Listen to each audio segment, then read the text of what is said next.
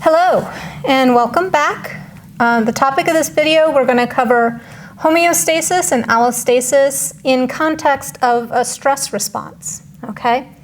Now, homeostasis, that's the process within the human body of keeping things in balance, okay? If you want to kind of think about that as a set point or the body functioning within normal parameters, that's what homeostasis is. It's a balance. That balance can be disrupted by external factors like stress, okay? When the body gets knocked out of homeostasis, the body needs to return things or makes an attempt to return things to homeostasis. That process of returning things to homeostasis is the dynamic process of allostasis, okay? So essentially what that allostasis is the body's ability to adapt to changes that happen, all right? One change that might happen if we activate the fight or flight response, that is going to release hormones. The general category for those hormones are catecholamines. But this would be something like, I didn't spell that right. Adrenaline, epinephrine, norepinephrine. Let's do epi for that. That's usually how you'll see that. Those are catecholamines that are released in response to stress, all right? That release of hormones puts the body out of homeostasis. Your heart, when you're stressed out, is going to beat faster typically. You will breathe faster during a stress response. You may get something like a dry mouth that happens. Those are all changes in the body in response to the hormones that were released, okay? The release of those hormones, essentially what we've got going on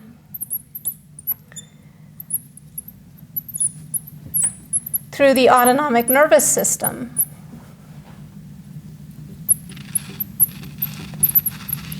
is activation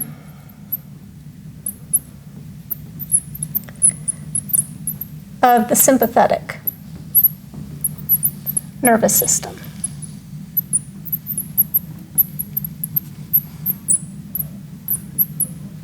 Okay? And this is designed to be a short-term response, okay? So we would refer to this as being acute, all right? This is where you're going to have the release of those catecholamines, the epinephrine, norepinephrine, adrenaline, okay? You can also have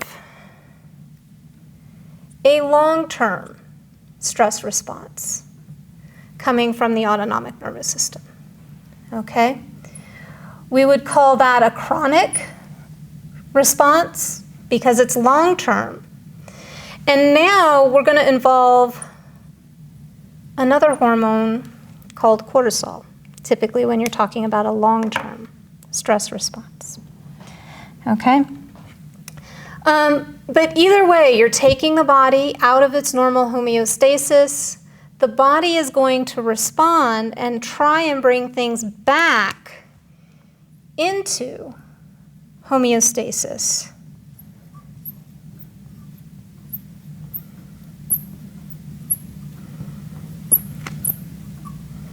Oops. And that's going to trigger the general adaptation syndrome. And this is going to work via the HPA or the HPA axis, which is the hypothalamic, pituitary, sorry, my spelling's off a bit today, adrenal pathway, okay? So I'll draw that in here, and you can't make fun of my drawings. I'm not the best artist.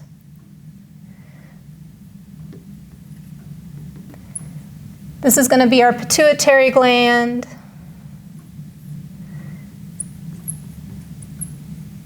This is going to be our adrenal gland. All right. We've got a stimulus. That's going to be our stress. That stress is going to cause the pituitary to release hormones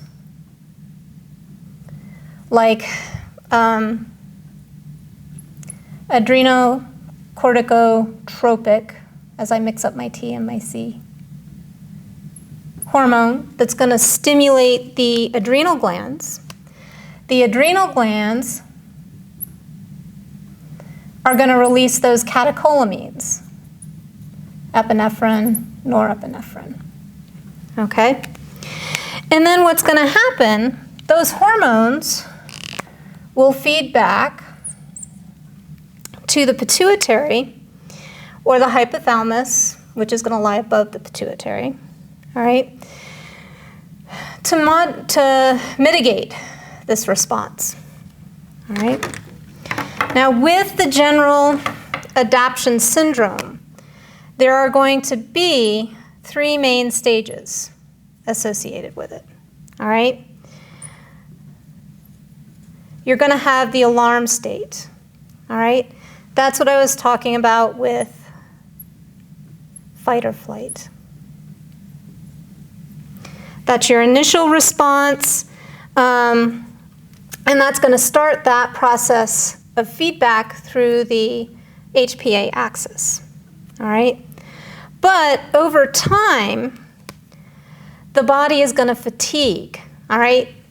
The the catecholamines are not designed to be released and circulating long-term within the body. So what that's going to then trigger, if you have that move into an extended chronic response, you're going to start to see resistance, meaning this part's going to break down, right? As part of your feedback, what'll end up happening, you're going to get then the release of the cortisol.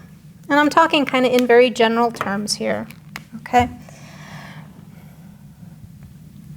But this is essentially the body adapting to the long-term release of those hormones, okay? And then at the end of this, you can have, well, essentially fatigue, but it's called exhaustion.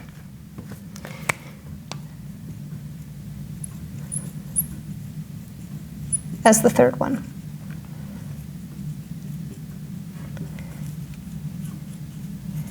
And the body no longer responds.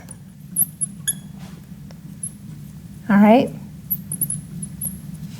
And that's going to have a profound effect on the body and on overall health. All right? There are a lot of systems where this can now start impacting, whether it be the cardiovascular system, because with that long-term response, you've now increased blood pressure for the individual. It may be the immune system starts failing when you have chronic stress. You tend to be more susceptible to getting sick.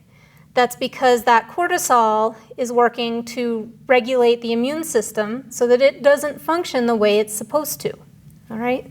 So you've got a breakdown in things. Short-term response, the body is very programmed to deal with. Long-term stress, this is where you end up getting pathology and disease processes coming up. All right? Thank you for your attention. If you have any questions, please let me know.